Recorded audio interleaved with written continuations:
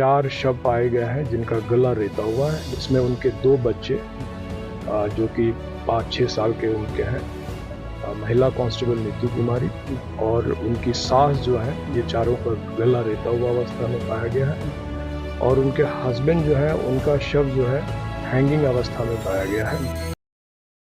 तारीख 13 अगस्त 2024 दिन मंगलवार बिहार के भागलपुर जिले के पुलिस लाइन क्वार्टर से एक खबर सामने आई।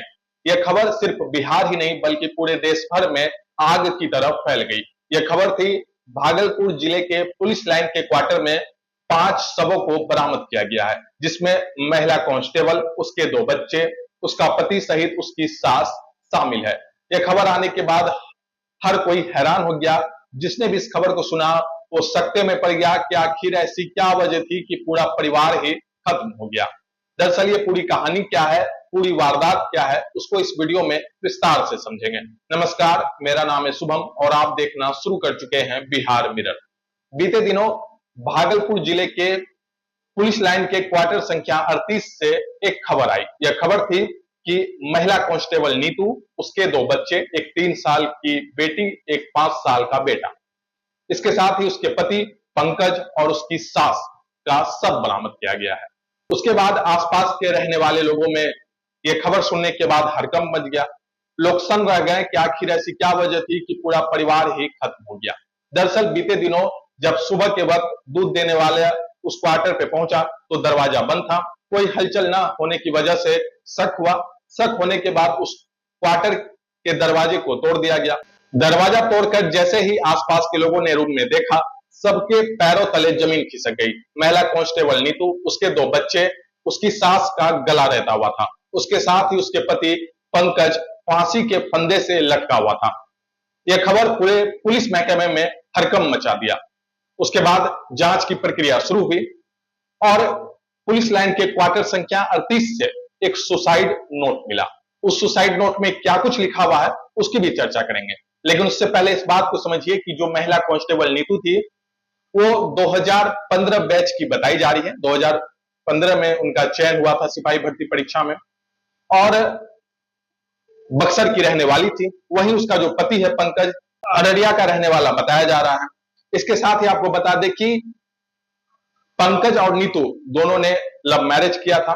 दोनों मॉल में साथ काम करते थे। उस वक्त नीतू जो है वो मॉल में काम किया करती थी, पंकज भी उसी मॉल में काम करते थे। दोनों में प्रेम प्रसंग हुआ और फिर दोनों ने शादी कर ली। उसके बाद 2015 में नीतू का चयन सिपाही भर्ती परीक्षा में हुआ और वो कांस्टेबल बन गई और भागलपुर जिले के पुलिस लाइन क्वार्टर में पूरा परिवार रहता था।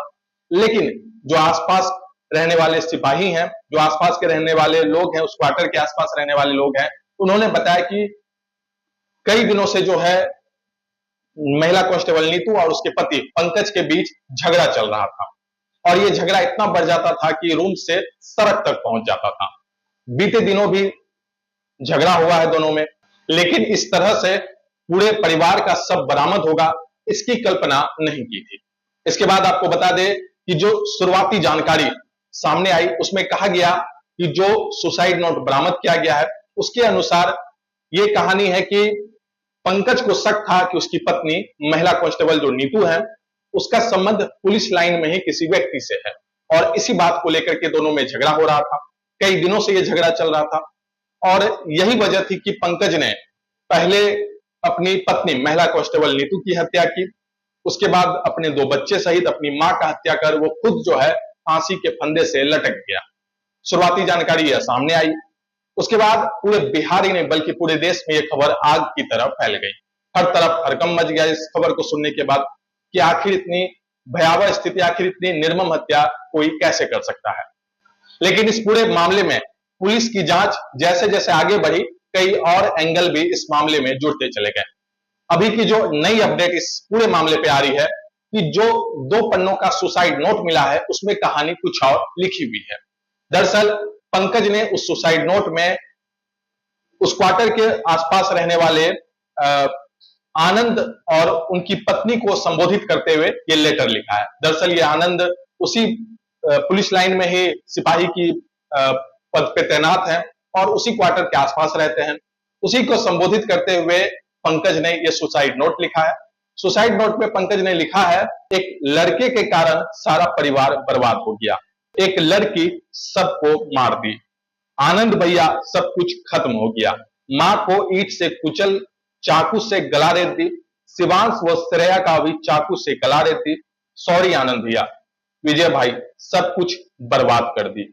यह सब कुछ एक लड़के के लिए जिसका नाम सूरज ठाकुर है और क्राइम शाखा में कार्यरत है। यही है भैया लड़का। पुलिस विभाग में आए दिन इस तरह की घटना हो रही है, लिखने में हाथ कांप रहा है, समझ में नहीं आ रहा क्यों ऐसा हुआ भैया मेरे साथ। हम सोए रह गए और वो मार डाली, मैंने भी उसको मार डाला, जैसे सबको मारी थी, ईंट से सिर कुचल डाला और चाकू से गला रेत दिया।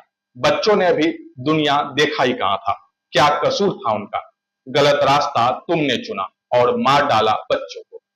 हम जब जगे तो देखे श्रेया और शिबू का गर्दन काट डाली है। घर में खून देखकर मैं एकदम सन्न रह गया। जाकर देखा तो मां को भी मार डाली थी। शर्म के मारे हम किसी को बता नहीं सके। सॉरी आनंद भैया, सॉरी विजय भाई, आप लोगों को भी बता नहीं पाए। आप लोग ड्यूटी पर हैं, मेरे लिखे फोन नंबर पर कॉल कर बता दीजिएगा।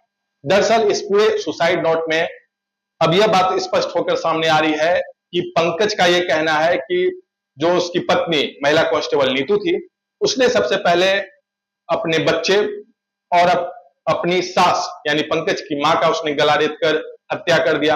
और जब पंकज सुबह उठा तो उसने देखा कि उसके 2 बच्चे और उसकी मां की हत्या हो चुकी है और हत्या उसकी पत्नी नीतू ने किया है। उसके बाद पंकज ने भी नीतू की उसी तरीके से हत्या कर दी और उसके बाद खुद जो है पंकज फांसी के फंदे से लटक गया। अभी तक जो इस मामले में सुसाइड नोट में जो कुछ स्पष्ट हुआ है वो आपके साथ हम साझा कर रहे हैं। अब इस पूरे मामले को लेकर लगातार जांच भी चल रही है, कई तरह के सवाल भी उठ रहे हैं। अब देखना होगा कि आगे इस जांच में क्या कुछ सामने आता है। अगर आप इस पूरी खबर को हमारे यूट्यूब चैनल पर देख रहे हैं तो चैनल को सब्सक्राइब कर लीजिए। अगर आप फेसबुक पेज पे देख रहे हैं तो हमारे पेज को फॉलो जरूर करें। वीडियो देखने के लिए धन्यवाद।